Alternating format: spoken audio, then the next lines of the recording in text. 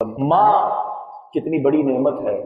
شاید ہی زندگی میں کوئی ایسا دن ان کے جانے کے بعد گزرا ہو جس میں کسی نہ کسی حوالے سے ان کی یاد نہ آئی ہو، ان کی بات نہ ذہن میں آئی ہو.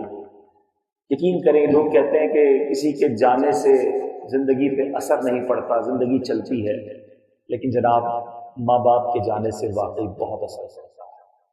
ان کی جگہ کوئی نہیں لے سکتا، ان کا خلا پر نہیں ہو سکتا. زندگی جو ہے نا وہ ایک خالی خالی سی ہو جاتی ہے. میں چونکہ اپنے والدین کا بڑا بیٹا ہوں، لیکن جب زندگی میں آپ بڑے ہوتے ہیں نا اور آپ کے اوپر ماں باپ بھی ہوتے ہیں تو آپ بے فکر ہوتے ہیں. آپ کو ٹینشن نہیں ہوتی ہے کہ کچھ بھی ہوگا تو ماں باپ ہیں، ان کی دعائیں ہیں، ان کا سایہ ہے. ڈیسیشن لیتے وقت کوئی ہوتا ہے جس سے بندہ مشورہ کر لیتا ہے، مگر مجھے احساس ہوتا ہے کہ میرے اوپر نہ ماں کا سایہ ہے نہ والد کا سایہ. یہ کتنی بڑی نعمت ہے. آج انشاءاللہ اسی موضوع پر چند باتیں عرض کروں گا، خاص طور پہ ان لوگوں کے لیے جن کے ماں باپ زندہ ہیں، خاص طور پر ماں. یہ اللہ کا وہ انمول تحفہ ہے، اللہ کی طرف سے وہ عظیم نعمت ہے کہ ماں قدرت کا انمول تحفہ. ماں کا مقام قرآن و حدیث میں بہت ساری جگہوں پر بیان کیا گیا. ماں کا فرما بردار اللہ اور رسول کریم کی رضا ماننے میں کامیاب ہو جاتا ہے. ماں اولاد کے آرام کی خاطر اپنے آرام کو قربان کر دیتی ہے. ماں کے خون جگر سے اولاد کا وجود بنتا ہے. ماں کئی سال تک اپنی اولاد کو تھپکیاں دے کر سلاتی ہے. ماں بیمار اولاد کو دیکھ کر خود تڑپ جاتی ہے. ماں بیمار اولاد کی خاطر سردیوں میں بھی رات جاگ کر گزارتی ہے. بیمار اولاد کو لے کر مہنگے ہاسپٹل، مہنگے ڈاکٹروں کے پاس جانا بھی گوارا کر لیتی ہے. ماں اولاد کے مستقبل کو سنوارنے کے لیے اپنی زندگی کے سارے معمولات اسی پر مار دیتی ہے. ماں اولاد کے لیے سایہ دار درخت کی طرح ہوتی ہے. ماں خود تو گرمی برداشت کرتی ہے، اولاد کو پنکھے جھلتی ہے. ماں قرض لے کر بھی اولاد کی فرمائشوں کو پورا کرتی ہے. اگر ماں کے شوہر یعنی بچے کے والد کا انتقال ہو جائے تو ماں اولاد کو در بدر بھٹکنے نہیں دیتی ہے. ماں اولاد کی پیدائش سے پہلے، پیدائش کے دوران اور بعد کی تکالیف کو بھی برداشت کرتی ہے. ماں اولاد کو اچھا انسان بناتی ہے. ماں اپنے حصے کا نوالا بھی اولاد کے منہ میں ڈال کر خوش ہوتی ہے. کبھی اولاد کے حق میں برا نہیں سوچتی. کبھی ماں کو بھوکا سونا پڑے خود بھوکا سو جائے گی، اولاد کو بھوکا نہیں رہنے دیتی. ماں اولاد کو خوش دیکھے تو خود خوش ہو جاتی ہے، اولاد کو دکھی دیکھے تو ماں دکھی ہو جاتی ہے. ماں نافرمان اولاد پر بھی شفقت و مہربانی کرتی ہے. ماں نہ ہو تو گھر ویران ہوتا ہے. ماں کا خدمتگار چین و سکون کی زندگی گزارتا ہے. یاد رکھنا، ماں کی خدمت اولاد کو جنت میں داخل کروائی. ماں کو راضی رکھنا ہم پر لازم ٹھہرا. اور ماں کے حقوق سے کیسے کوئی بری ہو سکتا ہے، کیسے آزاد ہو سکتا ہے؟ ایک بار نبی پاک علیہ الصلوۃ والسلام کی بارگاہ میں ایک صحابی رسول نے عرض کی، حضور گرمی کے دن تھے، حدیث کا مضمون پیش کر رہا ہوں، روڈ اتنا گرم تھا کہ اگر اس پہ گوشت کا ٹکڑا ڈالا جاتا تو کباب ہو جاتا. حضور میں نے ایسی گرمی میں اپنی ماں کو گردن پر سوار کر کے 6 میل کا سفر کیا. کیا میں ماں کے حقوق سے فارغ ہو گیا؟ سنو نبی پاک نے کیا کہا. سرور کائنات علیہ الصلوۃ والسلام فرماتے، تیرے پیدا ہونے میں درد کے جتنے جھٹکے تیری ماں نے اٹھائے، شاید یہ ان میں سے ایک جھٹکے کا بدلہ ہو سکے. اولاد آج کہتی ہے، ماں اور کیا دوں، گھر بھی دلا دیا، پیسے بھی دے دیے، سارے حق تو ادا کر دیے، اب میں تجھے اور کیا دوں. ماں کا حق، والد کا حق کوئی ادا نہیں کر سکتا. یقین کرو خوش نصیب ہیں وہ لوگ جن کے ساتھ ماں کی دعائیں ہیں. آج میں آپ کو 2-3 واقعات سناتا ہوں. جب ماں کی دعا ساتھ ہونا تو انسان کیسے عروج پاتا، اس کو کیا کیا مل جاتا ہے. ذرا ماں کی دعا کے بارے میں آج ہم سنتے ہیں تو انشاءاللہ مزید ایمان تازہ ہوگا اور ماں سے اور محبت بڑھے گی. حضرت سلیمان علیہ نبینا علیہ الصلوۃ والسلام یہ اللہ کے وہ نبی ہیں، ویسے تو ہر نبی کی شان نرالی ہے، حضرت سلیمان علیہ الصلوۃ والسلام کو اللہ نے کمال قدرت عطا فرمائی، آپ کی حکومت جانوروں پر بھی، پرندوں پر بھی، ہواؤں پر بھی، دریاؤں پر بھی، انسانوں پر بھی۔ دنیا میں بڑے بادشاہ گزرے ہیں، انسانوں پر حکومت کرنے والے تو گزرے، مگر جانوروں، پرندوں، ہواؤں، بادلوں، سب پر حکومت اللہ نے، سب پر حکومت۔ حضرت سلیمان علیہ الصلوۃ والسلام کو اللہ تعالیٰ نے وحی فرمائی کہ سمندر کے کنارے جاؤ اور ہماری قدرت کا کرشمہ دیکھو۔ حضرت سلیمان علیہ الصلوۃ والسلام اپنے ساتھیوں کے ساتھ سمندر کے کنارے گئے، مگر نارمل تھا، کوئی ایکسٹرا آرڈنری چیز دیکھنے کو نہ ملی۔ حضرت سلیمان علیہ الصلوۃ والسلام نے، آپ کے جنات پر بھی حکومت تھی، تو ایک بڑے جن کو کہا کہ ذرا سمندر میں غوطہ لگاؤ اور وہاں سے کوئی خبر لے کر آؤ۔ اس نے غوطہ لگایا اور سمندر میں تھوڑی دیر بعد واپس آیا اور کہتا ہے حضور میں نے بہت دیر تک بہت ڈیپ ڈائیو کیا، بہت گہرا غوطہ لگایا، سمندر کی تہہ تک نہیں پہنچ سکا اور کچھ نظر بھی نہیں آیا۔ آپ نے اب دوسرے بڑے جن کو اور جن کو کہا کہ تم غوطہ لگاؤ۔ وہ جن گیا، بہت ڈیپ جا کر اس نے غوطہ لگایا، وہ بھی کوئی خبر نہیں لا سکتا۔ اب حضرت سلیمان علیہ السلام کے ایک ساتھی ہیں حضرت آصف بن برخیہ، یہ وہی ہیں جس کا ذکر قرآن میں موجود ہے۔ آصف بن برخیہ یہ اللہ کے ولی ہے، یہ نبی نہیں ہے، کرامت کا ثبوت قرآن میں موجود ہے۔ اب دو جن تو ناکام ہو کر آ گئے، حضرت سلیمان نے حکم دیا کہ تم جاؤ ذرا سمندر کے اندر کا حال بیان کرو۔ اب وہ اندر گئے اور تھوڑی دیر میں ایک عالی شان کافوری 4 دروازوں والا سفید گنبد لا کر آپ کے سامنے پیش کر دی، سمندر کے اندر سے نکال کر ایک خوبصورت گنبد لے کر آ گئے۔ ایک دروازہ موتی کا، ایک دروازہ یاقوت کا، ایک دروازہ ہیرے کا، چوتھا دروازہ زمرد کا، سارے دروازے کھلے ہوئے تھے، مگر اس گنبد کے اندر ایک پانی کا قطرہ بھی داخل نہیں ہوا۔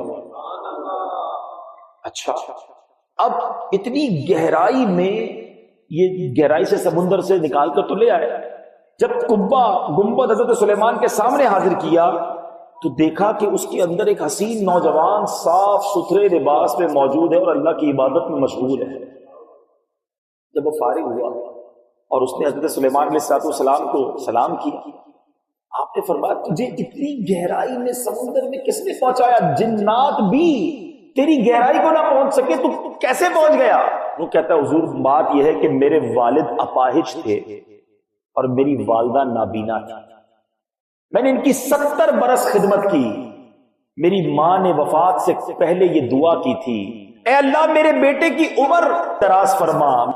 جب میرے والد کا وفات کا وقت قریب آیا تو والد نے دعا دی، اے اللہ میرے بیٹے سے ایسی جگہ عبادت پر لگانا جدھر شیطان مداخلت نہ کر سکے، تیری عبادت کرے شیطان تنگ نہ کر سکے۔ والد محترم کی تدفین کے بعد میں ساحل پر آیا، یہ قبہ نظر آیا، بڑا خوبصورت تھا، میں اندر داخل ہوا اسے دیکھنے کے لیے، ایک فرشتے نے اس قبے سمیت مجھے سمندر کی گہرائی میں پہنچا دیا۔ سلیمان نے پوچھا کہ تم کس زمانے میں اس ساحل پر آئے تھے، یہ کتنی پرانی بات ہے؟ اور نوجوان کہتا ہے سیدنا ابراہیم خلیل اللہ علی نبینا علیہ السلام کے زمانے میں ساحل پر آیا تھا۔ سلیمان علیہ السلام نے حساب لگایا کہ حضرت ابراہیم کو وقت کتنا ہو گیا، کتنے سال ہو گئے تھے؟ 2000 سال گزر چکے تھے۔ یہ نوجوان سمندر کی تہہ میں، نوجوان ہی ہے، ایک بال بھی بیکا نہیں ہوا، یم اللہ کی عبادت میں مصروف ہے۔ آپ نے اس نوجوان سے دریافت فرمایا تم اس سمندر کے اندر کھاتے پیتے کیا ہو؟ عبادت 2000 سال سے کر رہے ہو، خوراک کا کیا انتظام ہے؟ کہتا ہے اللہ کے نبی میرے پاس ایک سبز پرندہ اپنی چونچ میں زرد رنگ کی کوئی چیز جو آدمی کے سر سے مشابہ ہوتی ہے وہ لے آتا ہے، میں اسے کھاتا ہوں اور مجھے اس ایک غذا میں دنیا کی ساری نعمتوں کا مزہ ملتا ہے، اس سے میری بھوک بھی مٹ جاتی ہے، پیاس بھی مٹ جاتی ہے، گرمی، سردی، نیند، اونگ اور وحشت سب کی سب اس سے دور ہو جاتی ہے۔ حضرت سلیمان نے فرمایا کہ اب تم ہمارے ساتھ چلنا چاہو گے یا واپس اسی جگہ جانا چاہو گے؟ اس نے عرض کی حضور مجھے اپنی جگہ واپس لوٹا دیجئے، میں وہیں خوش ہوں۔ آصف بن برخیہ نے پھر وہ گنبد وہیں جا کر پہنچا دیا۔ اب حضرت سلیمان نے جو جملہ کہا اپنے صاحبوں سے، اپنے ساتھ رہنے والوں سے، آپ فرماتے ہیں دیکھو والدین کی دعا کیسی قبول ہوتی ہے. اللہ عز و جل تم پر رحم کرے، والدین کی نافرمانی سے بچتے رہو. اے اللہ مجھے بھی تو ان کی خدمت کرنے کی توفیق عطا فرما. اللہ کے نبی دعا کر رہے ہیں اور ہمیں سکھا رہے ہیں کہ ماں باپ کی فرما برداری، ماں باپ کی دعائیں جس کے ساتھ ہیں وہ دنیا کے بڑے بڑے طوفانوں سے گزر جاتا ہے، اس کی آگے کوئی مشکل نہیں رہتی. اسی طرح ایک اور ہو سکتا ہے کوئی میرا بھائی کسی مقدمے میں پھنسا ہو، قرضے میں پھنسا ہو، بیماری میں پھنسا ہو، ادھر ادھر جاتے سورسیں لگانے کے لیے. جس کے پاس ماں ہے نا، جس کے پاس والد ہے، قدموں میں بیٹھ جاؤ، ماں باپ سے کہو دعا کریں، اور وہ دل سے دعا کریں گے. کیسے طوفان ٹلتے ہیں، کیسے مشکلیں حل ہوتی ہیں، قیدیوں کو رہائی مل جاتی ہے. اب سنیے آپ ایک اور واقعہ سناتا ہوں. حضرت عبد الرحمن بن احمد رحمۃ اللہ تعالی علیہ فرماتے ہیں کہ میں نے اپنے والد صاحب کو یہ کہتے ہوئے سنا کہ ایک عورت جو ہے امام حافظ بن مخلد رحمۃ اللہ تعالی علیہ کے پاس آئی اور آ کر رونے لگی، کہنے لگی حضور میرے بیٹے کو روم کے لوگ قیدی بنا کر رہ گئے اور میرے پاس چھوٹے گھر کے علاوہ کچھ بھی نہیں ہے، میں مکان کو بیچ بھی نہیں سکتی اور اتنا مال بھی نہیں کہ مال دے کر بیٹے کو آزاد کراؤں. بیٹے کی جدائی میں دن رات پریشان رہتی ہوں، نہ نیند آتی ہے نہ چین آتا ہے، حضور کچھ کیجئے. امام صاحب نے کہا میں بھی دعا کروں گا، تم بھی ماں ہو دعا کرو، اللہ قبول فرمائے گا. انشاءاللہ میں مزید اس معاملے میں کچھ غور کرتا ہوں. میرے والد صاحب فرماتے کہ عورت آئی تھی اس لیے میں نے خوب دعائیں کی. اب ایک مرتبہ وہ عورت تھوڑے دنوں بعد اپنے اسی بیٹے کو لے کر آئی اور کہتے حضور اللہ نے میرے بیٹے کو ان کافر رومیوں سے نجات دے دی، وہ ان کی قید سے صحیح سلامت واپس آ گیا ہے. مگر حضور اس کے ساتھ ایک بڑا عجیب واقعہ ہوا ہے، ذرا واقعہ تو سنے. وہ بیٹا جو قید سے چھوٹ کر آیا تھا اب اس نے واقعہ کیا سنایا. وہ بیٹا کہتا ہے کہ میں قیدیوں کی ایک جماعت کے ساتھ بادشاہ روم کے پاس قید تھا. بادشاہوں کے پاس ایک آدمی تھا جو ہم سے خدمت لیتا تھا، روزانہ وہ ہم کو صحرا کی طرف لے جاتا، شام کو واپس لے آتا. ہمارے ہاتھوں پیروں میں بیڑیاں ہوتی تھی. ایک مرتبہ مغرب کا وقت تھا، ہم کام سے واپس آ رہے تھے کہ میرے پاؤں کی بیڑیاں خود بخود کھل گئی، زمین پر گر گئی. جو شخص ہماری نگرانی کرتا تھا وہ پاس آیا، کہا تم نے بیڑیاں کیوں توڑی ہیں؟ کہا میں نے نہیں توڑی، یہ خود ہی کھل گئی ہیں. انہوں نے لوہار بلایا کہ دوبارہ اس کی بیڑیاں واپس سیٹ کرو، اس کے پیر باندھو. لوہار نے پھر میری بیڑیاں باندھی، مضبوط بیڑیاں باندھی. چند قدم چلا تو بیڑیاں پھر ٹوٹ کر گر گئی. بہت حیران ہوئے. یہ معاملے کو دیکھتے ہوئے اپنے پادریوں کو بلایا، اپنے بڑے بڑے جو عبادت گزار جو ان کے عابد ہوتے ہیں ان کو بلایا، کہ دیکھو یہ کیا معاملہ، بیڑیاں لگاتے بیڑیاں گر جاتی ہیں. اب پادریوں نے کہا کہ کیا تمہاری والدہ زندہ ہے؟ اس بندے سے پوچھا. کہا ہاں. تو کہا ضرور تمہاری ماں دعا کرتی ہے، یہ اس کی دعا کا صلہ ہے. تیرے پیر سے بیڑیاں ٹوٹ کر گر رہی ہیں. سنو انہوں نے کیا کہا. وہ کہتے جب اللہ نے تمہیں آزاد کر دیا ہے تو ہمارے لیے ممکن نہیں ہم تمہیں قید کر سکے. انہوں نے واپس مجھے مسلمانوں کے علاقے کی طرف بھجوا دیا. تو ماں کی جو دعا ہے نا جب دل سے نکلے. ایک بات یاد رکھنا میرے وہ بچوں جن کے ماں باپ حیات ہیں، ہم ماں باپ کو کہتے ہیں دعا کریں، امی دعا کریں، ابو دعا کریں، یہ اور ہے خدمت ایسی کرو، ان کا خیال ایسا رکھو کہ آپ نہ کہیں دعا کرو، وہ خود دعا کریں، وہ دل سے دعا کریں. اور جب وہ دعا نکلتی ہے تو وہ عرش الہی تک جاتی ہے. کیسے قبول ہوتی ہے؟ حدیث پاک سنیے. نبی پاک فرماتے ہیں کہ سیدنا ابو ہریرہ اس حدیث کے راوی ہیں، 3 دعاؤں کی قبولیت میں کوئی شک نہیں ہے. there is no doubt. 3 دعائیں ایسی ہیں جو ضرور قبول ہوتی ہیں اور یہ نبی پاک نے فرمایا. نمبر 1 مظلوم کی دعا. کبھی ظلم نہ کرتا. لوگ کہتے ہیں میرا کوئی کچھ بگاڑ ہی نہیں سکتا، میں اتنا بڑا آدمی ہوں، میرے اتنے روب ہے، میرے اتنے ساتھی ہیں، میری اتنی سورس ہے، میرا کون بگاڑ سکے گا. یاد رکھنا مظلوم نے ہاتھ اٹھا دیے نا یہ ڈائریکٹ عرش تک دعا جائے گی اور ظالم کا بیڑا غرق ہو جائے گا، چاہے کتنی جناب اس کی سورس ہو. غریب آدمی اللہ کی بارگاہ میں اگر فریاد کر دے تمہارے خلاف، یہ درخواست ڈائریکٹ قبول ہوتی ہے. خدا را بد دعا لینے والے بد بننا. زندگی ایسی گزارو کہ لوگ دل سے دعائیں دیں، کہیں لوگوں کی ہائے لینے والے مت بننا. ورنہ اچھا میں ایک مشورہ بھی دیا کرتا ہوں، آپ بھی چیک کرو. بعض اوقات لوگوں کو دیکھا چلتا کاروبار آہستہ آہستہ تباہ ہونے لگ جاتا ہے، پوری فیملی خوشحال ہوتی ہے، آہستہ آہستہ جھگڑے لڑائی ناچاکیاں، ہے، بچے بیمار، بیماریاں آنا شروع ہو جاتی ہیں، اچھا خاصا بندہ خوشحال ہوتا ہے، آہستہ آہستہ لگتا ہے کام بگڑتا جا رہا ہے۔ چیک کرو کسی کی ہائی تو نہیں لے لی، کسی کا حق تو نہیں دبا لیا، کسی کو ستایا تو نہیں ہے۔ یاد رکھنا یہ بنی بنائی بگڑ جائے گی۔ اگر چاہتے ہو بنی رہے، اگر چاہتے ہو اللہ عروج دے، اگر چاہتے ہو اللہ زوال نعمت سے بچائے، تو لوگوں کا دل خوش کرنے والے بنو، دل توڑنے والے نہ بنو، ظلم کرنے والے نہ بنو، روب جمانے والے نہ بنو۔ بالکل اسی طرح میرے پیچھے اسلامی بھائیوں، اب دوسرے نبی پاک نے کیا فرمایا؟ کس کی دعا؟ آقا علیہ الصلوۃ والسلام فرماتے ہیں کہ مسافر کی دعا، مظلوم کی دعا، مسافر کی دعا۔ جب بھی سفر پر جائیں نا، اور سبحان اللہ، اللہ کرے کہ نیکی والا سفر زیادہ ملتا رہے، مدنی قافلے میں سفر کا موقع ملتا ہے، یہ ہے ہی راہ خدا کا سفر، اس پہ خوب دعا کرے، تہجد میں اٹھ کے دعا کرے، اللہ نصیب کرے تو مکے مدینے کے سفر کو جائیں تو ادھر خوب دعائیں کرے تو مسافر کی دعا سنی جاتی ہے۔ اور تیسرا فرمایا والدین کی دعا، اپنی اولاد کے حق میں یہ ضرور سنی جاتی ہے کہ ماں باپ سے دعائیں لینا یہ نصیب والوں کا حصہ۔ اللہ کرے کہ جس کے بھی ماں باپ زندہ ہیں نا، سدا ان سے راضی رہے، دعائیں دیتے رہیں، دعائیں دیتے رہیں، دعائیں لیتے رہو، انشاءاللہ بیڑا پار ہے۔ تو یہ وہ تین قسم کی دعائیں ہیں جس کو لینے کی کوشش کرنی چاہیے۔ ہاں، جن کے ماں باپ چلے گئے، اب احساس ہوتا ہے کہ ایک سائبان تھا، ایک رحمت تھی جو گھر میں ہی تھی، کتنی بڑی رحمت تھی کہ نبی پاک علیہ الصلوۃ والسلام فرماتے ہیں خدمت تو دور کی بات ہے، خوش نصیب ہے جو خدمت کرتے ہیں، صرف محبت سے دیکھنا خدمت تو بہت بڑی بات ہے۔ اللہ کے حبیب علیہ الصلوۃ والسلام فرماتے ہیں جو بچہ اپنے ماں باپ کو محبت سے دیکھتا ہے، اللہ اسے حج مبرور کا ثواب عطا فرماتا ہے۔ صحابہ کرام نے عرض کی حضور اس کا خلاصہ، حضور کو اس دن میں 100 مرتبہ دیکھ لے؟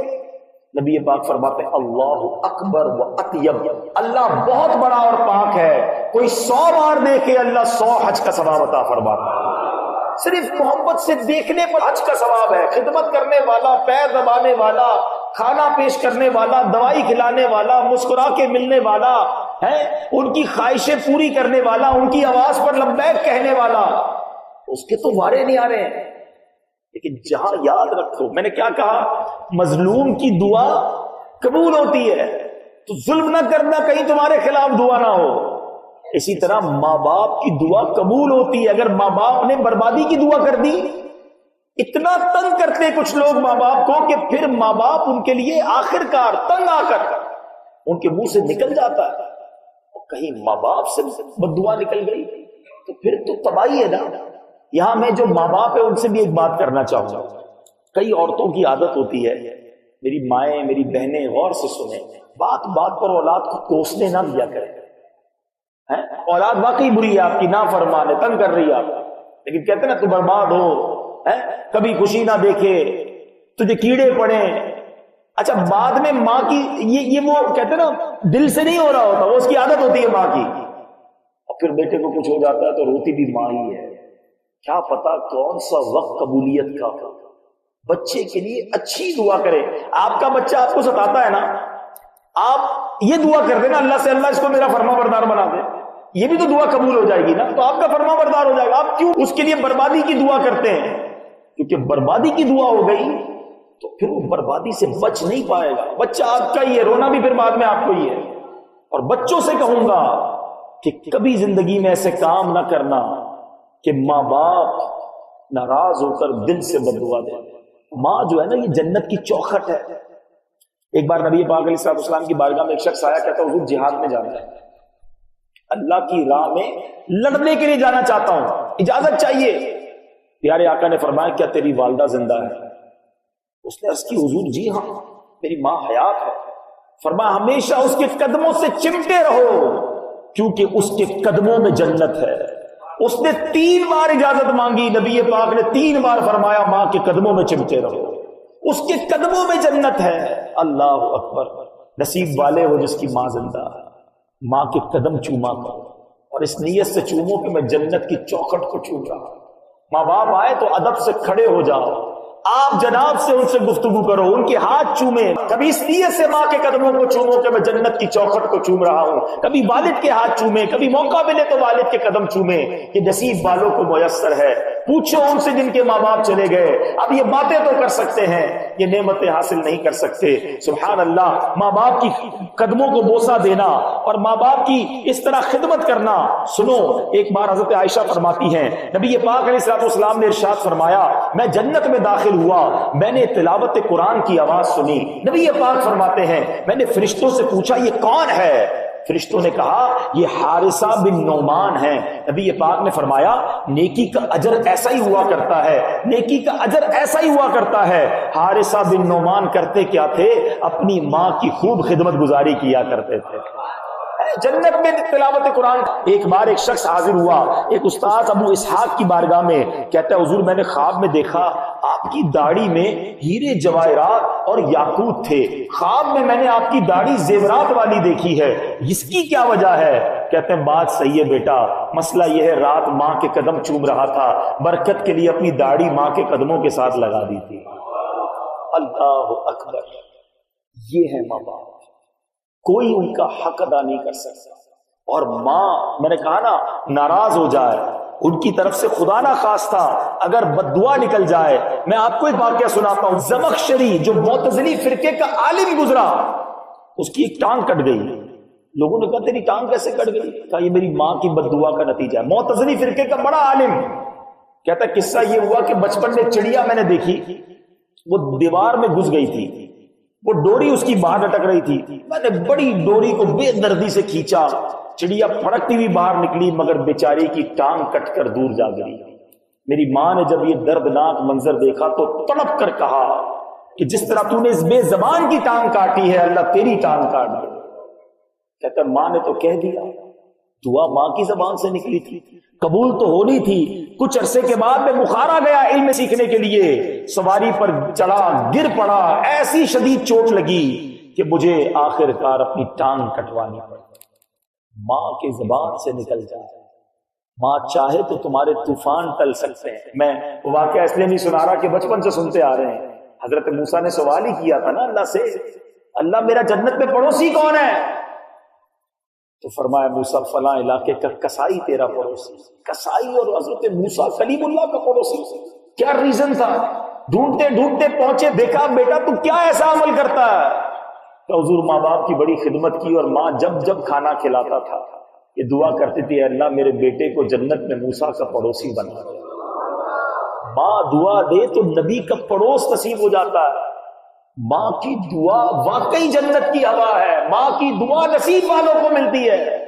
دنیا میں پریشان ہو اور آخرت میں کامیابی چاہتے ہو، اپنے ماں سے دعا لے لو، اپنے والد سے دعا لے لو، اپنے والدین کی خدمت کرو، کبھی زندگی میں ان کا دل نہ دکھانا۔ شادی ہونے کے بعد ماں باپ کو لوگ اگنور کرتے ہیں، خاص طور پہ ماں کو بہت ستاتے ہیں۔ بیوی آ گئی تو اب ماں کی تو کوئی ویلیو ہی نہیں رہی، ارے اسی ماں نے پال پوس کر بڑا کہ یاد رکھنا، میں کسی کا گھر توڑوانے کے لیے نہیں کہہ رہا، بیوی دوسری مل جائے گی، ماں نہیں ملے گی۔ ماں ایک ہی ہے اور اس کا کوئی نعمت بدل نہیں، اب اسی کا خون ہے، کیسے ماں کو اگنور کر سکتے ہیں؟ ہمیشہ اپنے ماں باپ کی دعائیں لیں۔ آخری بات کر کے میں اپنے بیان کو کنکلوڈ کرتا ہوں۔ ایک بار حضرت علقمہ، ان کے انتقال کا وقت قریب آیا، ان کی زوجہ نے کہا کہ نبی پاک کو پیغام دے دو۔ نبی پاک کے پاس معاملہ آیا کہ حضور علقمہ کی زبان پر کلمہ جاری نہیں ہو رہا ہے۔ پیارے آقا نے فرمایا اچھا، حدیث کا میں خلاصہ بیان کر رہا ہوں۔ فرمایا کیا علقمہ کی ماں زندہ ہے؟ کہا حضور ماں ہے مگر بہت ضعیف ہے، بوڑھی ہو گئی ہے۔ پیارے آقا نے پیغام بھجوایا، والدہ نبی پاک کے پاس آ گئی۔ پیارے آقا نے فرمایا اے ام علقمہ ذرا بتاؤ تو علقمہ کیسا بندہ ہے؟ کہا یا رسول اللہ بڑا نیک ہے، روزے دار ہے، صدقہ خیرات کرنے والا، نماز پڑھنے والا۔ فرمایا نہیں، یہ بتاؤ تمہارے ساتھ معاملہ کیسا تھا؟ کہ حضور میں ناراض ہوں۔ علقمہ رضی اللہ تعالیٰ عنہ کی ماں کہتی ہے میں اپنے بیٹے سے ناراض ہوں۔ کیا وجہ ہے؟ کہ اپنی بیوی کو مجھ پر فوقیت دیتا ہے، اپنی بیوی کی سنتا ہے، میری نہیں سنتا۔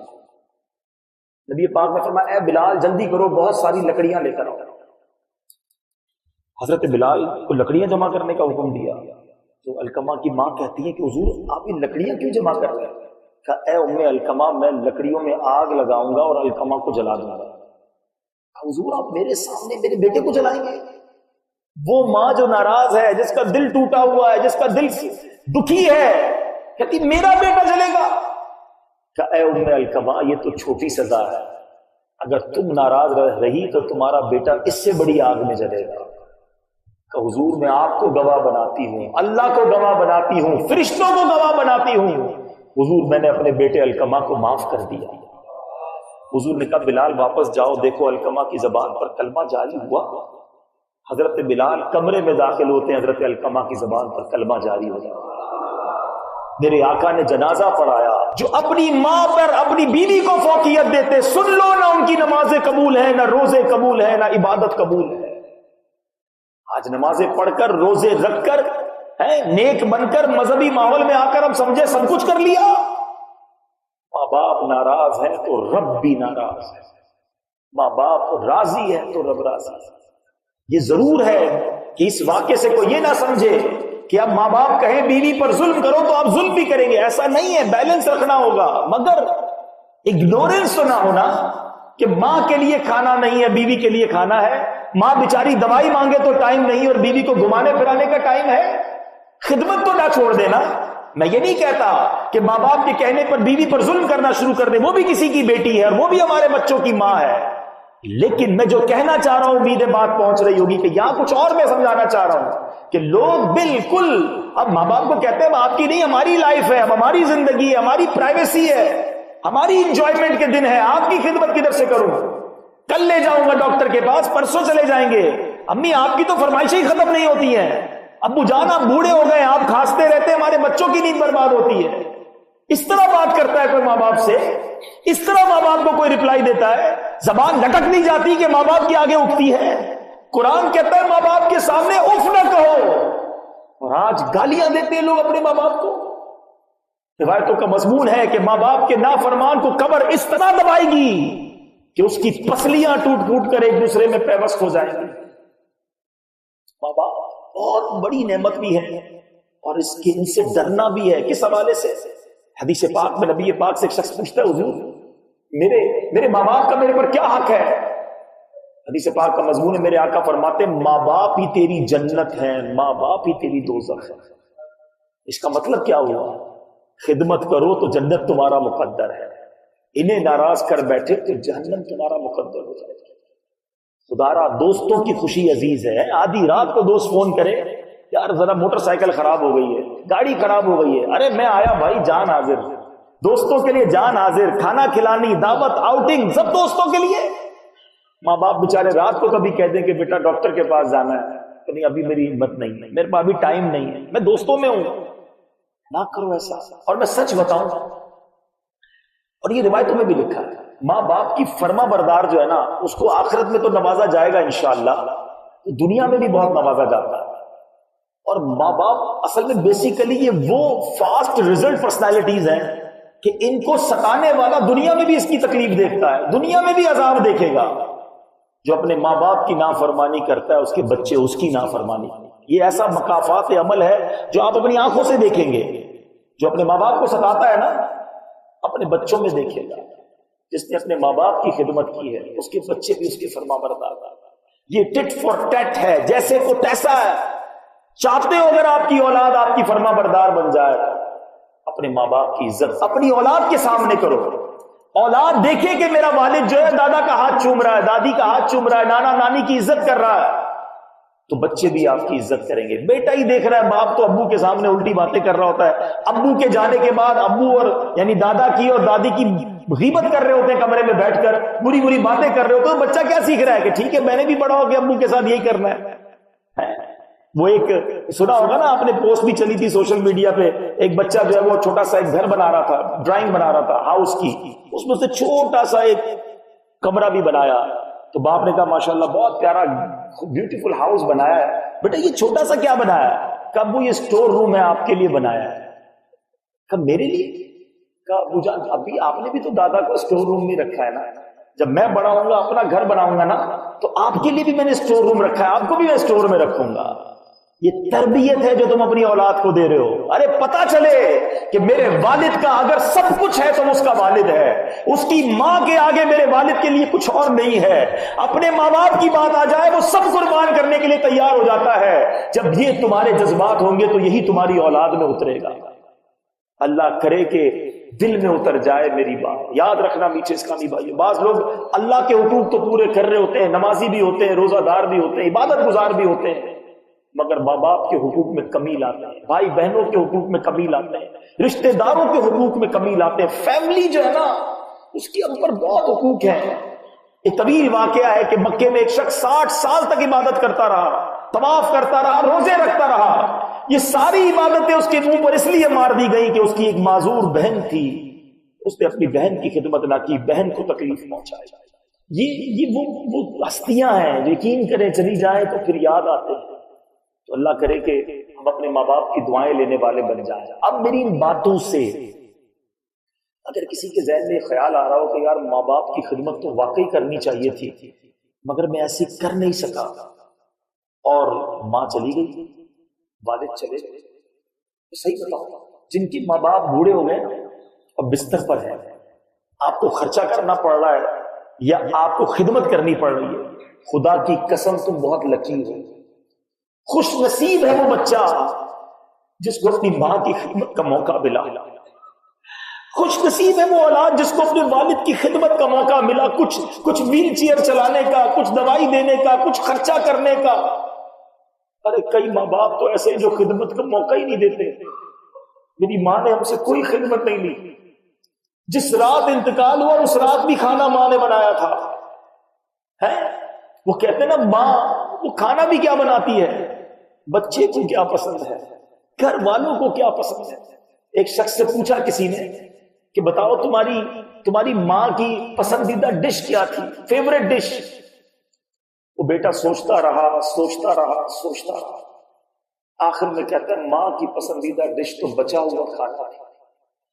ماں نے تو کبھی اپنے لیے کچھ بنایا ہی نہیں، آج بیٹے کو یہ پسند ہے تو یہ بنا دوں گی، ببو کے بیٹے کے والد کو یہ پسند ہے تو یہ بناؤں گی، بچی کی پسند کا کھانا بنایا۔ ساری زندگی میں کبھی یہ نہ سنا کہ ماں نے یہ کہا ہو یہ میرا پسند کا کھانا ہے جو میں نے آج بنایا۔ ماں نے کہا بیٹا کھا لو، ہم نے کہا امی بچ جائے گا، کہا بیٹا بچ جائے گا تو میں کھا لوں گی۔ ماں نے تو بچا ہوا کھانا ہی کھایا، ٹھنڈی روٹی کھائی، ہمیں گرم کھانے کھلائے۔ خدا کی قسم یہ وہ نعمتیں۔ اب اگر کسی کو خیال آ رہا ہے کہ ماں چلی گئی، والد چلا گیا، اب کیسے خدمت کریں، اب کیسے ان کی روح کو راضی کریں، شریعت آج بھی آپ کو موقع دیتی ہے۔ کیا کمپلیٹ ریلیجن ہے، کیسا زبردست مذہب ہے ہمارا کہ اگر آج بھی ماں باپ کی روح کو خوش کرنا چاہتے ہو تو اسلام کہتا ہے ان کے لیے ایصال ثواب کرو، دعائیں کرو، ان کو نیکیاں پہنچاؤ۔ بیٹا جب ماں باپ کے لیے ایصال ثواب کرتا ہے، اولاد ایصال ثواب کرتی ہے، قرآن پاک پڑھ کے، نظر و نیاز کر کے، نمازیں پڑھ کے، ذکر و اذکار کر کے، درود پاک پڑھ کے ان کی قبر پر جائے، وہاں فاتحہ پڑھے، سورہ یاسین سناؤ اپنی ماں کو، اپنے والد کو، اتنی آواز سے پڑھو کہ وہ سنیں۔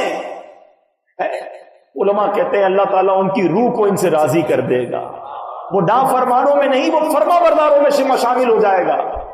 مگر آج مرنے کے بعد تو یاد ہی کوئی نہیں کرتا ہے، سویم کر لیا، 40واں کر لیا، وہ بھی رسم، رشتہ دار کیا کہیں گے اگر 40واں نہیں کیا، پھر کون یاد رکھتا ہے، پھر کون جاتا ہے قبر پہ۔ ماں باپ وہ ہستی ہیں۔ سنو، اگر آپ یہ بات سن رہے ہو نا کہ محبت سے دیکھنے پر حج کا ثواب تھا، اللہ اکبر، یہ آج قبر میں چلے گئے ہیں۔ احادیث کا یہ مضمون ملتا ہے جو بیٹا اپنے ماں باپ کی قبر کی زیارت کو جائے اللہ اسے بھی حج کا ثواب عطا فرماتا ہے۔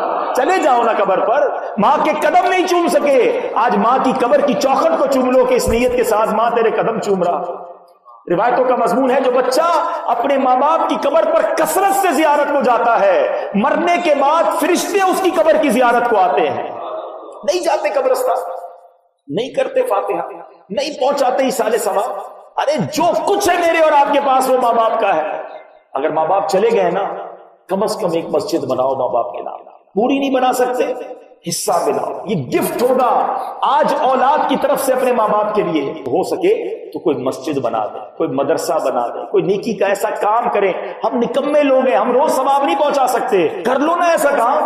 ابھی تو موقع ہے، ایسی فیکٹری لگا لو ثواب کی کہ روز امی ابو کو ثواب پہنچے نا. یہ بیٹے کا کام ہے، اولاد کا کام ہے. انہوں نے کر لیا جو کرنا تھا، میری باری ہے نا.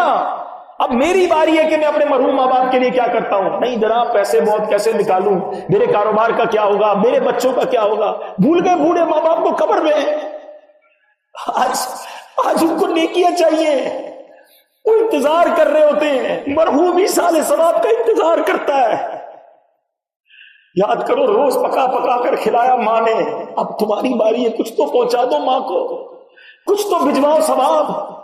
آج اولاد حرام کام کرتی ہے اور ماں باپ کو قبر میں تکلیف پہنچاتی ہے. نہ کرو حرام کام، نہیں کرو اللہ کی نافرمانی، کیونکہ اولاد کے نامہ اعمال کہ ماں باپ کو پیش کیے جاتے قبر میں. اچھے اعمال دیکھتے ہیں تو ماں باپ کی روحیں خوش ہوتی ہیں، اور گناہ کرتے ہیں تو ماں باپ کو قبر میں بھی تکلیف ہوتی ہے. کتنا بد نصیب ہے وہ شخص، زندگی میں بھی ماں باپ کو خوش نہیں کر سکا اور قبر میں بھی تکلیف پہنچا رہا ہے. کیا کریں ایسا؟ دعوت اسلامی کا ماحول کمال کا ماحول. آ جاؤ اس ماحول میں اپنے بچوں کو بھی داخل کریں. آج میں دعوت اسلامی میں ہوں تو ہم نے یہ سب کچھ کرنے کی کوشش کی نا. ہوتے کسی معاذ اللہ برے ماحول میں تو کسے یاد آتی ماں باپ کی. بچے نیک بناؤ تاکہ مرنے کے بعد بچے ہمیں ایصال ثواب کر سکے. اولاد ہمارا سرمایہ ہے. اور میں آپ کو ایک اور بات بتاؤں، اولاد کے علاوہ کوئی یاد بھی نہیں کرتا. اولاد ہی نکمی ہوگی تو کون یاد کرے گا؟ اولاد ہوگی جو پکڑ پکڑ کے لائے گی، ارے میری ماں کی برسی ہے، میرے والد کا 40واں ہے، والد کی نیاز ہے، آ جاؤ بھائی دعا کر لو. کیونکہ اولاد کو فکر ہوگی ماں باپ کی. اولاد کوئی ٹینشن نہیں ہے تو کون یاد کرے گا پھر مجھے اور آپ کو؟ تو ایسی اولاد تیار کرو جو مرنے کے بعد مجھے اور آپ کو ایصال کر سکے. اللہ میری بھی اور آپ کی اولاد کو بھی ایسا بنا دے، ہمیں بھی نیک کرے، ہمارے بچوں کو بھی نیک کر دے، اور مرنے کے بعد ایسے ثواب جاریہ کے کام ہم دنیا سے کر کے جائیں کہ روزانہ قبر میں ثواب کے تحفے ملتے رہیں. اللہ تعالیٰ مجھے اور آپ کو عمل کرنے کی توفیق عطا فرمائے. صلو علی الحبیب. کیا خوبصورت دین ہے ہمارا. ہم نے اپنے بچے کو دین کی طرف نہیں لگایا. اگر ہم بچے کو دین کی طرف لگا دیتے، دین اس کو ہماری خدمت کی طرف لگا دیتا. ہم بچے کو قرآن و حدیث سکھاتے، قرآن و حدیث اس کو ہماری خدمت سکھا دیتے. ہم آج یہ جو تکلیف اٹھا رہے ہیں اس کی ایک وجہ یہ بھی ہے کہ بچہ ہم نے دین سے دور کر دیا. اگر آپ چاہتے ہیں کہ آپ کے بڑھاپے کا سہارا آپ کے بچے بنے، آپ کے مرنے کے بعد بھی آپ کے لیے صدقہ جاریہ بنے، تو آپ نے اپنے بچوں کو دین کی طرف لانا ہے. کچھ اولادیں وہ ہیں جن کی ماں باپ نے تربیت ایسی کی، ہم نہیں جاتے، وہ خود رابطہ کر رہے ہوتے ہیں کہ ماں کا انتقال ہو گیا، یار کچھ کنواں کھدوانا ہے، کوئی مسجد بنانی ہے، کوئی مدرسے میں میری ماں کے لیے مجھے کچھ کرنا ہے. کیوں؟ ماں نے تربیت ایسی کی، والد نے تربیت ایسی کی، انہیں ماحول ایسا دیا کہ ماں باپ کے مرتے ہی انہیں فکر ہو گئی کہ میری ماں قبر میں اکیلی ہے، میرا والد قبر میں اکیلا ہے، اس نے روز مجھے کھانا کھلایا تھا، آج میں روز اسے ثواب پہنچانے کا کوئی انتظام کروں. یہ اس بچے کے دل میں خیال کیسے آیا؟ کیونکہ اللہ نے اسے اچھا ماحول عطا کیا، ماں باپ نے اس کو اس ماحول کی طرف بڑھایا. تو میں یہاں والدین سے گزارش کروں گا کہ خدارا اپنے بچوں کی ایسی تربیت کرو کہ بڑھاپے میں بھی تمہارا ساتھ دیں اور مرنے کے بعد بھی تمہارے لیے صدقہ جاریہ کا باعث بن جائیں. آپ کے بچے آپ کے قدموں میں رہیں گے اگر آپ نے بچوں کو دیندار بنا دیا. اللہ کرے یہ فارمولا سمجھ آ جائے نا. ہم سمجھتے بچہ میری بات مانے، میری کیوں نہیں مانتا؟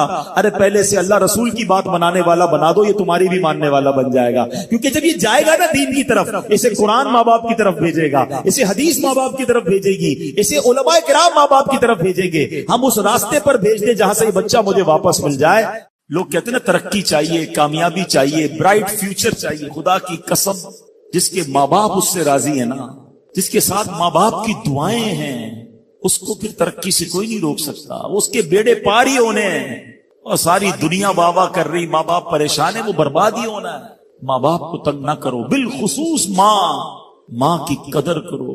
ماں کا کوئی نیبل بدل نہیں. اور یہ دعا دے دے تو بندہ کدھر پہنچ جاتا ہے. اچھا پھر آج کل ایک اور ٹرینڈ چلا ہے، کسی بھی طرح کا زندگی میں مقام بڑھ گیا نا، مشہور ہو گیا، اب وہ ماں باپ پر بھی روب جما رہا ہوتا ہے. پتہ نہیں میں کتنا بڑا آدمی ہو گیا ہوں، اب میں آپ کی خدمت کہاں سے کروں گا بھائی، ٹائم ہی کہاں ہے میرے پاس. ان کو کبھی یہ روب مت جمانا. ارے آج اگر کچھ بن بھی گئے ہو نا، یہ انہی کی دعائیں تھیں، اور ان کو کہہ رہے ہو بڑا آدمی ہو گیا. حضرت موسیٰ کلیم اللہ علی نبینا علیہ الصلوۃ والسلام، کتنا بڑا مرتبہ ہے. اور آپ نے ایک بار اللہ کریم کی بارگاہ میں عرض کیا مولا مجھے جنت میں اپنا پڑوسی دیکھنا ہے. ارشاد کیا ہوا کہ اے موسیٰ جنت میں تیرا جو پڑوسی ہے وہ ایک فلاں علاقے کا کسائی ہے. آپ حیران ہو گئے, آپ نے کہا مولا مجھے ملنا ہے. ایڈریس بتایا گیا, آپ چلے گئے وہاں پر. ایک نوجوان نے دروازہ کھولا, آپ اندر گئے. گھر میں گئے تو دو بوڑھے ماں باپ بوڑھی شخصیات تھی. انہوں نے حضرت موسیٰ کو دیکھا, آپ کی رسالت کی گواہی دی اور دونوں دنیا سے چلے گئے. وہ نوجوان کسی کام سے گیا, واپس آیا, اپنے دونوں والدین کو دیکھا کہ دونوں کا انتقال ہو گیا ہے. تو کہا ہو نہ ہو آپ حضرت موسیٰ علیہ السلام. حضرت موسیٰ نے کہا میں نے تو نہیں بتایا کہ میں کون ہوں, تمہیں کیسے پتا چلا؟ کہا میرے ماں باپ روزانہ دعا کرتے تھے کہ یا اللہ اس وقت تک موت نہ دینا جب تک حضرت موسیٰ کا دیدار نہ کر لیں. آپ ہمارے گھر آئے ہیں, آپ کو انہوں نے دیکھا ہے, یہ چلے گئے دنیا سے, آپ ہی حضرت موسیٰ ہیں. حضرت موسیٰ نے فرمایا بتاؤ کچھ اور بھی دعا کرتے تھے؟ کہا میں اپنے بوڑھے ماں باپ کیونکہ چبا نہیں سکتے تھے, روز ان کو دیوالے چبا چبا کر کھلاتا تھا, اور جب بھی کھانا کھلاتا تھا نا میری ماں دعا کرتی تھی یا اللہ میرے بیٹے کو جنت میں موسیٰ کا پڑوسی بنا دینا. حضرت موسیٰ کہتے بیٹا تیری ماں کی دعا قبول ہو گئی ہے, تو ہی جنت میں میرا پڑوسی ہے. یہ ہے ماں کی دعا, اور یہ وہ دعا ہے جو بن مانگے مل رہی ہے, جو ماں کے دل سے نکل رہی ہے. آؤ میں بتاؤں کچھ بڑے آدمی, واقعی جس کو کہتے ہیں بڑا آدمی کون ہوتا ہے. امام اعظم ابو حنیفہ رضی اللہ تعالیٰ سے بڑا تو کوئی نہیں نا, کتنے بڑے وقت کے امام ہیں. مگر آپ کی والدہ ایک مسجد کے امام صاحب سے انسپائر تھی, مقرر تھے, وہ اچھے بیان کرتے تھے. آپ کو وہ کہتی کہ جاؤ وہ امام صاحب سے مسئلہ پوچھ کے آؤ. خود مفتی اعظم ہیں, امام ہے کروڑوں حنفیوں کے. ماں کو یہ نہیں کہا کہ ماں پتہ نہیں میں کتنا بڑا مفتی ہوں, تم مجھے مسجد کے امام کے پاس بھیج رہی ہو. آج تو یہ ڈائریکٹ جواب دے دیتے ہیں نا, مجھے پتہ نہیں میں کون ہوں, مجھ سے بحث کر رہی ہو, اتنی کتابیں پڑھی ماں, تم نے تو پڑھا ہی کچھ نہیں. ابو جان آپ کو دنیا کا کیا پتا, مجھے پتا ہے.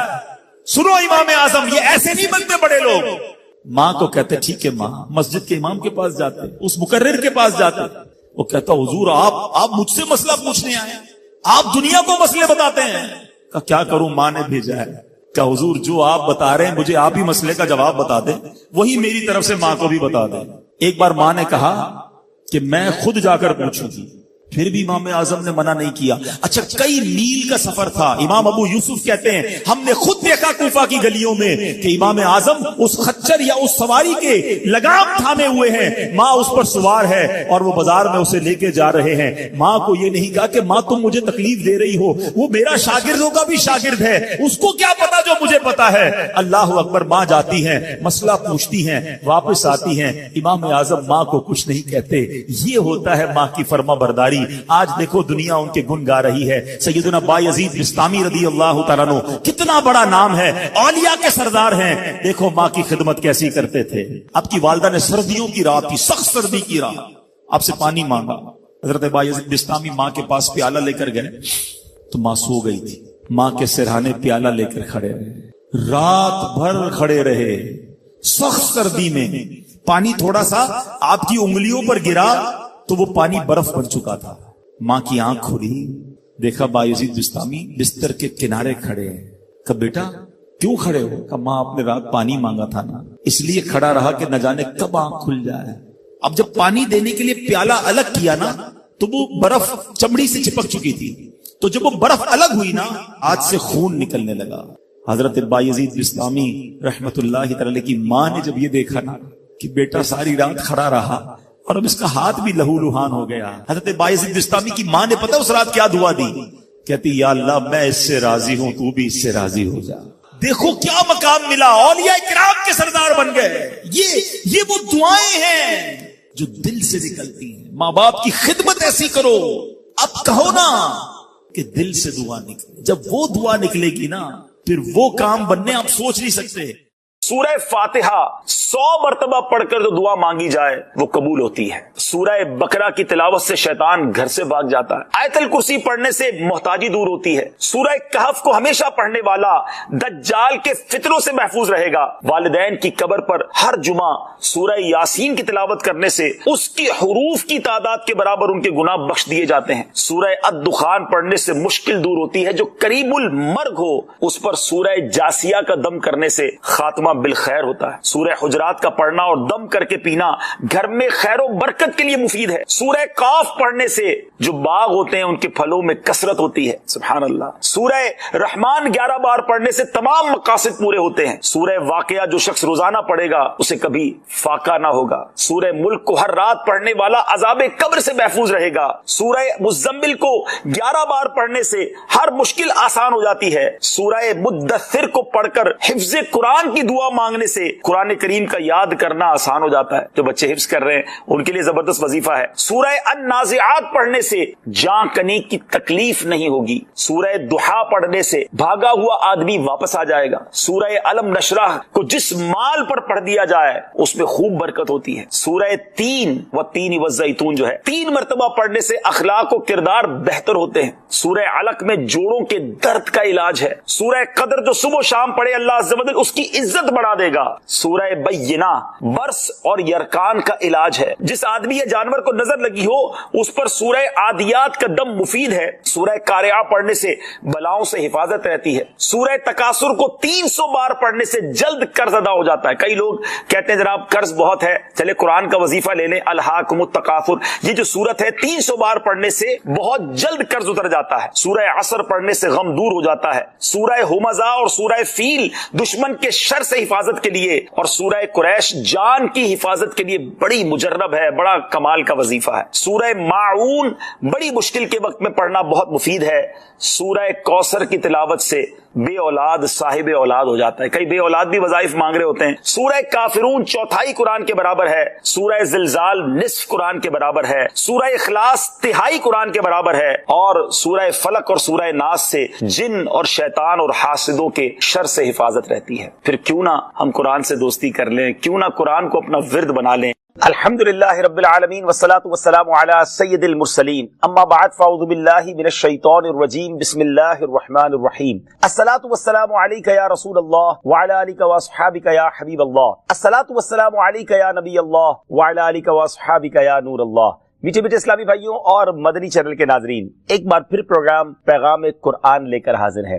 ہر ہی پروگرام میں ایک قرآن پاک کا واقعہ اور اس سے ملنے والا سبق حاصل کرتے ہیں. آج ایک بڑا ہی عجیب و غریب بھی اور دردناک واقعہ بھی ہے. نبی پاک علیہ الصلوۃ والسلام سے ہم سب کو بے انتہا محبت ہے اور یہ ایمان کی جان ہے. نبی پاک سے محبت نہیں تو ایمان بھی کمپلیٹ نہیں ہوتا. اور جب نبی پاک علیہ الصلوۃ والسلام کو تکلیف پہنچے یا نبی پاک علیہ الصلوۃ والسلام کو کسی طرح کی کوئی ایذا پہنچے تو یقیناً جب امتی اس کو پڑھتا ہے سنتا ہے تو دل پر بھی تکلیف ہوتی ہے. ایک ایسا ہی واقعہ جس میں ہمارے آقا علیہ الصلوۃ والسلام کو تکلیف پہنچائی گئی, نبی پاک علیہ الصلوۃ والسلام پر جادو کیا گیا. ناظرین آج یہ واقعہ ہم سنیں گے اور یہ قرآنی واقعہ ہے اور اس کے ذریعے بہت ساری باتیں بھی سنیں گے. جادو کے بارے میں بڑے مسکنسیپشن ہیں لوگوں کے ذہنوں میں اور سمجھتے ہیں کہ جادو کا توڑ کرنے کے لیے بڑے عجیب و غریب عمل کرنے پڑیں گے, بڑے گناہوں والے کام کرنے پڑیں گے, اللہ کی ناراضگی والے کام بھی لوگ کرنے کے لیے تیار ہو جاتے ہیں, حرام اور ناجائز کام کرنے کے لیے تیار ہو جاتے ہیں اور سمجھتے ہیں کہ اس سے جادو سے بچا جا سکے گا. البتہ جادو کروانے کے لیے بھی لوگ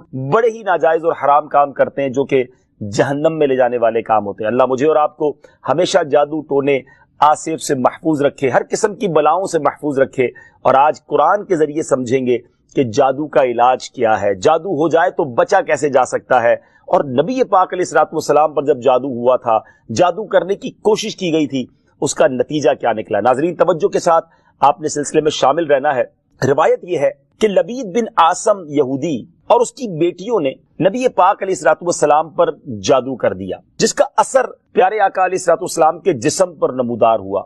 طبیعت شریف جو ہے وہ کچھ ناساز ہونے لگی. آپ کے قلب, آپ کی عقل مبارک اور آپ کے اعتقادات پر کوئی اثر نہ ہوا, صحت مبارک پر تھوڑا سا اثر ہوا. چند روز بعد حضرت جبریل امین بارگاہ رسالت میں حاضر ہوئے اور عرض کی یا رسول اللہ صلی اللہ تعالی علیہ وسلم, ایک یہودی نے آپ صلی اللہ تعالی علیہ وسلم پر جادو کر دیا ہے اور جادو کا جو سامان ہے وہ فلاں کنویں میں ایک پتھر کے نیچے دبا ہوا ہے. سرور کائنات علیہ الصلوۃ والسلام نے حضرت علی مولائے کائنات شیر خدا کرم اللہ تعالی وجہ الکریم کو بھیجا. انہوں نے کنویں کا پانی نکالا اور پتھر اٹھایا تو اس کے نیچے سے کھجور کے گھابے کی تھیلی برآمد ہوئی, یعنی کھجور کے جو چھلکے ہوتے ہیں اس طرح کی تھیلی برآمد ہوئی, اور اس میں نبی پاک علیہ الصلوۃ والسلام کے منہ مبارک جو کنگھی سے ٹوٹے تھے اور کنگھی کے ٹوٹے ہوئے کچھ دندانے اور ایک ڈور یا کمان کا چلہ جس میں 11 گرہیں 11 گٹھانے لگی ہوئی تھی اور ایک موم کا پتلا تھا جس میں 11 سوئیاں چبھی ہوئی تھی. یہ سب سامان پتھر کے نیچے سے نکلا اور یہ مولا علی کرم اللہ تعالی وجہ الکریم یہ سارا سامان لے کر نبی پاک علیہ الصلوۃ والسلام کی بارگاہ میں آ گئے. اس کے بعد سبحان اللہ، اب اس کا توڑ کیسے آیا، اس کا علاج کیسے ہوا، اس کا حل کیا نکلا؟ جبریل امین اللہ تبارک و تعالیٰ کی بارگاہ سے سورہ فلق اور سورہ ناس لے کر حاضر ہوئے. یعنی اب جو سورہ فلق اور سورہ ناس ہے وہ نازل ہوئیں، اور ان دونوں صورتوں کو ملائیں تو ناظرین اس میں 11 آیتیں ہیں.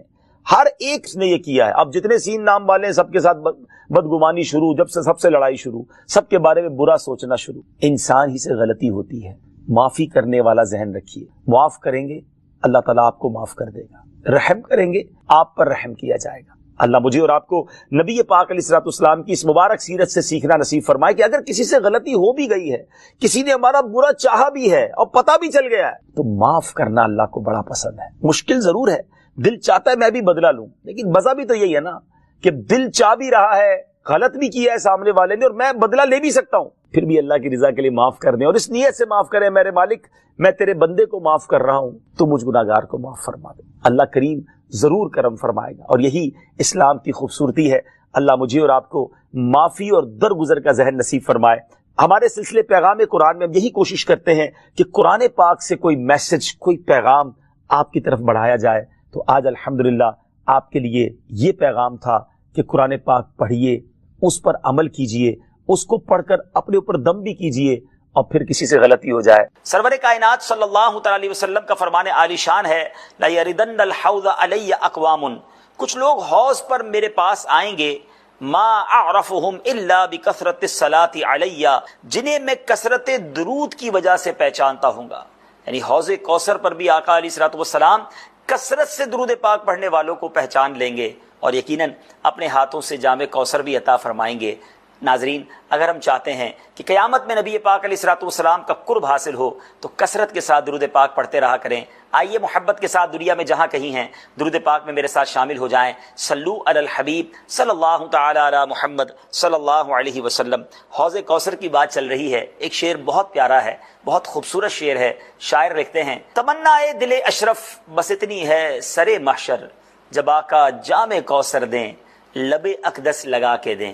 اے کاش نبی پاک کے ہاتھوں ہمیں بھی جام کوثر پینا نصیب ہو جائے. آمین بجاہ النبی الامین صلی اللہ تعالی علیہ وسلم. آج موضوع کون سا ہے اور کس موضوع پر ہم نے چند مدنی پھول حاصل کرنے ہیں؟ آج جس ٹاپک پر ہم نے بات کرنی ہے ماہ رمضان سے اس کا بڑا گہرا تعلق ہے اور اس مہینے میں یہ عمل بہت خصوصی طور پہ کرنے والا ہے. بلکہ میں یہ کہوں تو غلط نہیں ہوگا کہ پیارے آقا علیہ الصلوۃ والسلام ماہ رمضان میں بالخصوص یہ عمل بہت زیادہ کیا کرتے. وہ عمل کیا ہے ضرور عرض کرتا ہوں. پہلے ایک بہت خوبصورت اور ایمان افروز واقعہ. حضرت حبیب عجمی رحمۃ اللہ تعالی علیہ، آپ اللہ کے بہت بڑے ولی گزرے ہیں. خراسان سے ایک شخص بصرہ آیا اور حضرت حبیب عجمی رحمۃ اللہ تعالی علیہ کے پاس 10,000 درہم بطور امانت رکھے کہ حضور آپ اس رقم سے بصرہ میں ایک گھر خریدیں، میں مکہ جا رہا ہوں، واپس لوٹوں گا تو اس گھر میں رہوں گا. اچھا، اسی دوران جب وہ شخص مکہ چلا گیا تو وہاں لوگوں میں قحط آ گیا، کھانے پینے کو مشکل ہونے لگی. حضرت حبیب عجمی رحمۃ اللہ تعالی علیہ نے ان 10,000 درہموں سے آٹا خریدا اور لوگوں میں تقسیم کر دیا. آپ کے رفقا نے کہا حضور اس بندے نے تو آپ کو پیسے گھر خریدنے کے لیے دیے تھے اور آپ نے لوگوں میں اس رقم کا آٹا خرید کر بانٹ دیا. تو آپ نے بڑی کمال کی بات فرمائی. آپ فرماتے میں نے جنت میں اس کے لیے گھر خرید لیا ہے، اگر وہ اس پر راضی ہوگا تو ٹھیک ہے ورنہ میں اسے واپس لوٹا دوں گا. اب جب وہ شخص لوٹا تو اس نے کہا کہ حضور میرا گھر کہاں ہے، میں نے آپ کو رقم دی تھی. تو حضرت حبیب عجمی فرماتے کہ میں نے محلات، نہروں اور جنگلات کے ساتھ، درختوں کے ساتھ تمہارے لیے گھر خرید لیا ہے. تو وہ بڑا خوش ہوا اور کہنے لگا حضور مجھے بتائیے میں اس گھر میں جانا چاہتا ہوں. تو آپ نے فرمایا کہ میں نے وہ گھر اللہ تعالیٰ سے جنت میں تمہارے لیے خرید لیا ہے. اللہ والوں سے محبت کرنے والا وہ شخص تھا، لڑائی جھگڑا نہ کیا بلکہ خوش ہو گیا. اپنی زوجہ کے پاس گیا اور کہا کہ حضرت حبیب عجمی کہتے ہیں کہ جو رقم میں نے انہیں دی تھی دنیا میں گھر خریدنے کے لیے، انہوں نے اس کے بدلے میرے لیے جنت میں گھر خرید لیا ہے. ان کی زوجہ بھی بڑی نیک خاتون تھی، اللہ والوں سے محبت کرنے والی تھی. کہا ٹھیک ہے حضرت حبیب عجمی سے لکھوا لو جو یہ کہہ رہے ہیں کہ آپ کے لیے جنت میں گھر خریدا ہے. وہ شخص حضرت حبیب عجمی کے پاس آیا اور آ کر کہا کہ حضور آپ کہتے ہیں کہ آپ نے میرے لیے جنت میں گھر خریدا ہے، ایسا کیجئے مجھے اس کی کوئی دستاویز دے دیجئے، کوئی لکھ کر دے دیجئے. حضرت حبیب عجمی نے قلم اور کاغذ لیا اور کیا لکھا آپ نے لکھا بسم اللہ الرحمن الرحیم، جو گھر حبیب اعجمی نے محلات، نہروں اور درختوں سمیت 10,000 درہم میں اللہ تعالیٰ سے فلاں بن فلاں کے لیے خریدا ہے، یہ اس کی دستاویز ہے۔ اب اللہ عز و جل کے ذمہ کرم پر ہے کہ وہ حبیب اعجمی رحمۃ اللہ تعالی علیہ کی زمان کو یعنی ضمانت کو پورا کر دے۔ کچھ عرصے کے بعد اس شخص نے کیا کیا، وصیت کر دی کہ جب انتقال ہو تو میرے کفن میں یہ ڈال دینا۔ اس کا انتقال بھی ہو گیا، قبر میں یہ جو رکا تھا یہ ساتھ ڈال دیا گیا۔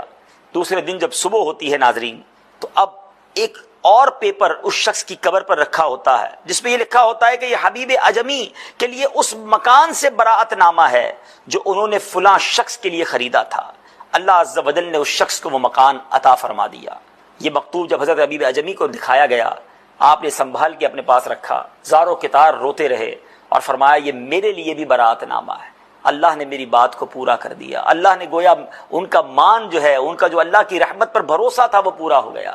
ناظرین، واقعہ بڑا ایمان افروز ہے، اللہ والوں کی شان نرالی ہوا کرتی ہے، مگر اس واقعے میں جو بات سیکھنے والی ہے وہ یہ ہے کہ اللہ کی راہ میں جب خرچ کیا جاتا ہے رب کریم اس کا اجر بہت زیادہ عطا فرماتا ہے۔ بعض اوقات خرچ کرتے وقت، راہ خدا میں خرچ کرتے وقت یہ ذہن بن رہا ہوتا ہے کہ یار یہ پیسے میرے جا رہے ہیں، میں کیسے دے دوں؟ مال جب بندے سے دور ہوتا ہے تو ڈیفیکلٹ لگتا ہے، لیکن اگر یہ ذہن بن جائے کہ یہ جا نہیں رہے، یہ میرے ہی اکاؤنٹ میں ڈپازٹ ہو رہے ہیں اور اس دن مجھے اس کا بدلہ ملنا ہے جس دن ایک ایک نیکی کی ضرورت ہوگی، اور یہ وعدے رب نے کیے ہیں۔ جی ہاں ناظرین، قرآن مجید فرقان حمید کی شاندار آیت ہے۔ اللہ تعالیٰ قرآن مجید میں کیا ارشاد فرماتا ہے، آئیے سنتے ہیں اور پھر اس کا ترجمہ سنتے ہیں۔ من ذا الذي يقرض الله قرضا حسنا فيضاعفه له أضعافا كثيرة والله يقبض ويبسط وإليه ترجعون۔ ہے کوئی جو اللہ کو قرض حسن دے تو اللہ اس کے لیے بہت گنا بڑھا دے، اور اللہ تنگی اور کشائش کرتا ہے اور تمہیں اسی کی طرف پھر جانا۔ اب ذرا غور کیجئے ناظرین کہ راہ خدا میں اخلاص کے ساتھ خرچ جو کرتا ہے، اللہ تعالیٰ نے اس خرچ کرنے کو قرض سے تعبیر فرمایا۔